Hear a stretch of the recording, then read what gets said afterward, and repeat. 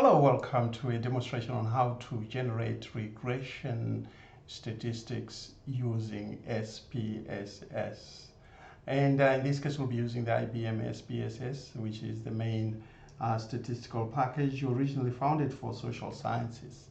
It's a really statistical package that's widely used.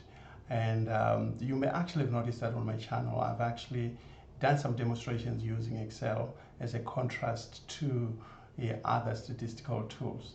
So now the data set I'm actually going to use is currently in Excel, and it actually looks like this. It's a very short data set, but a very good one. It's to do with the age cost. So in other words, the relationship between the age of a bus and the annual maintenance.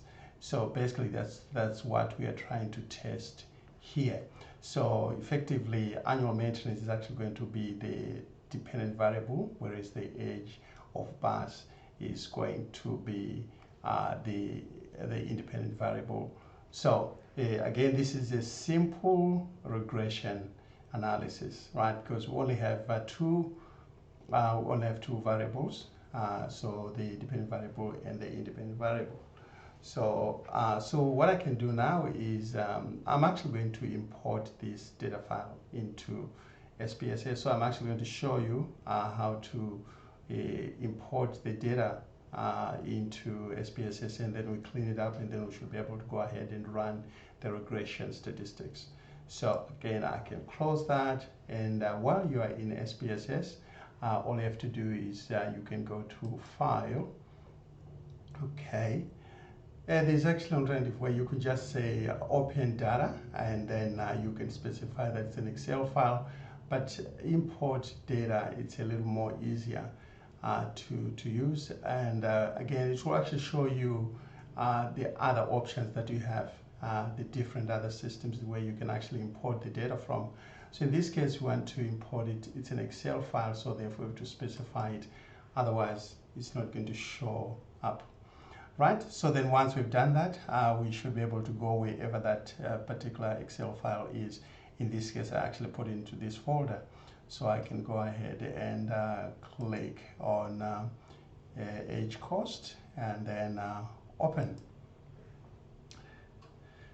There will be a slight delay while it's actually pulling it up, right? And then it gives you this dialog box here just to show you how it's actually going to look. And we can just go ahead and accept it. Okay. Right. Then it comes over. Now you'll notice that in SPSS you have the data view as well as the variable view.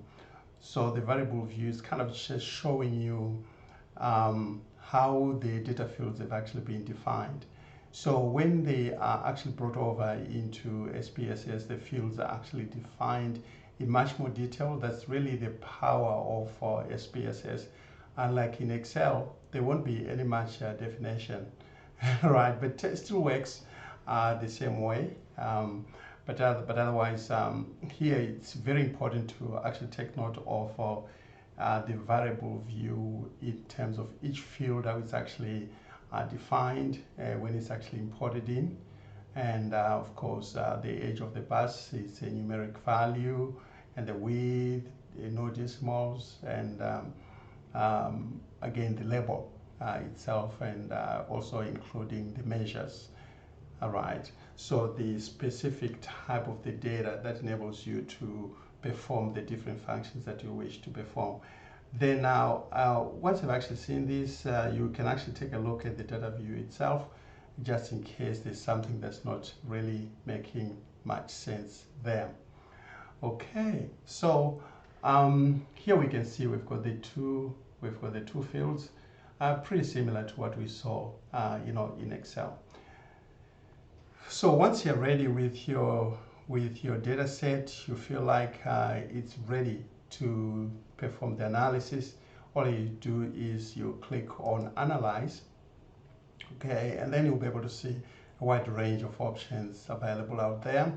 Just like other statistical tools, you are able to do descriptive statistics and a wide range of other statistical measure that's actually available. But in this case, we want to do regression, right? So we point to regression, and then we want to do linear, right? So click on that, and then you're actually ready to generate your regression.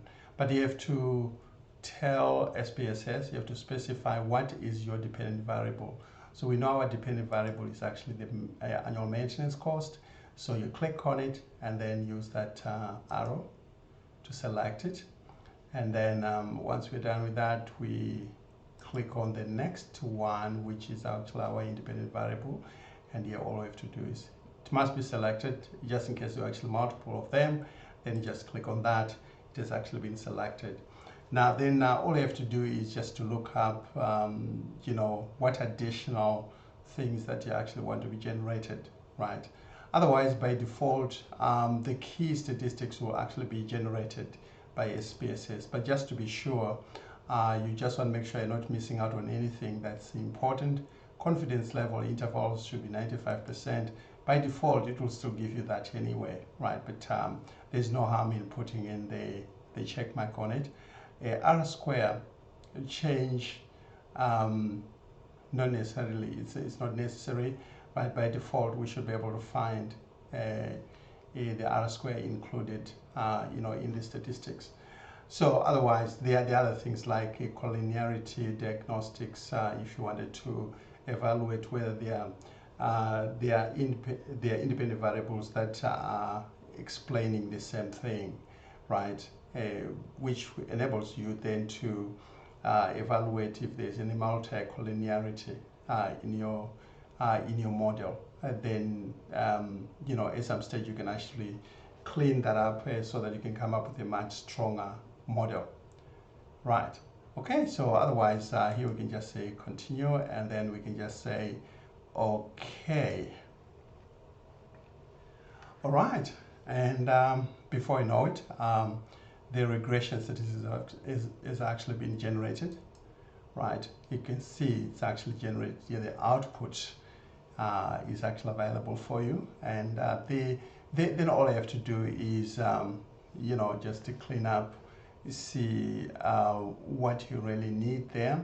Now in a practice, of course, you could then copy this and place it you know, in a Word document somewhere, so that you'll be able to insert it in your research report. But otherwise, what is important for us here is to kind of take a quick look at the results and explain them. What do they actually mean, right? So here we know that we're actually dealing with a simple regression analysis where we had the age of the bus and the annual maintenance cost.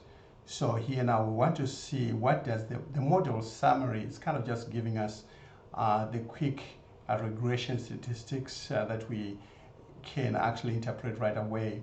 So R is actually the multiple R, which actually explains the strength of the relationship between the independent variable and the dependent variable. So it's about 93%. So in other words, the strength of the relationship between the two variables is actually 93%.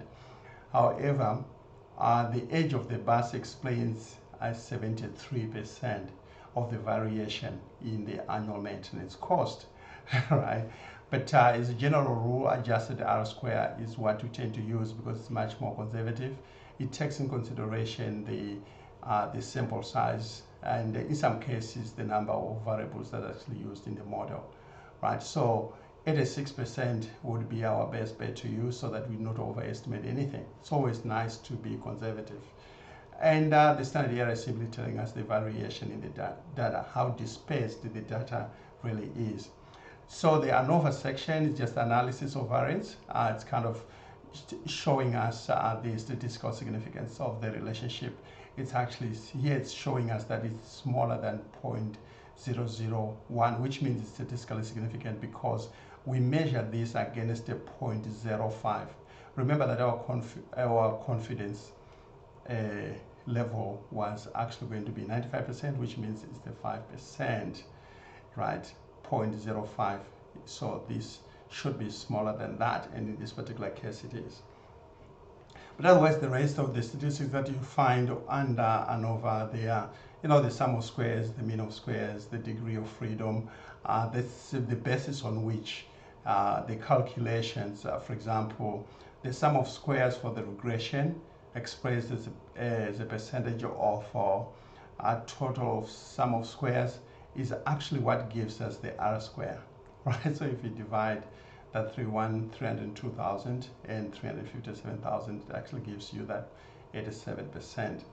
And of course, the mean square, if you divide the regression mean square and the residual, it actually gives you the F-test, which we then use to calculate the statistical significance right there. Okay, then finally, the final section, as you can see, generated here, is the coefficient section, which will actually give us pretty much the unstandardized coefficient, which is basically explaining to us that for every change in the unit of the age of the bus, right, the annual maintenance cost will actually increase by $132. Right, so that's our coefficient right there. But then, of course, it can be as low as $91 and it can be as high as $173. That's basically what it's actually telling us right there. And of course, statistically significant, of course, it is statistically significant because actually it's smaller than 0.05, the p-value here, as you can see. Right, so in other statistics, it will be listed under a column heading p-value, whereas in SPSS it says SIG, which is actually statistical significance, so it's actually signaling to us. So again, you should never get confused when you see that variation. It basically means the same thing. Otherwise, that's all you need to know right there for you. And my interpretation of these results was quite detailed, as is normally required, and hopefully that gives you a much solid foundation in understanding how to interpret regression statistics in future when you encounter them. Thank you so much for watching. Again, if you like the video, go ahead and like the video, share the video, and be sure to subscribe to the channel so that I can continue to provide some useful information that can make a huge difference in your understanding of statistics.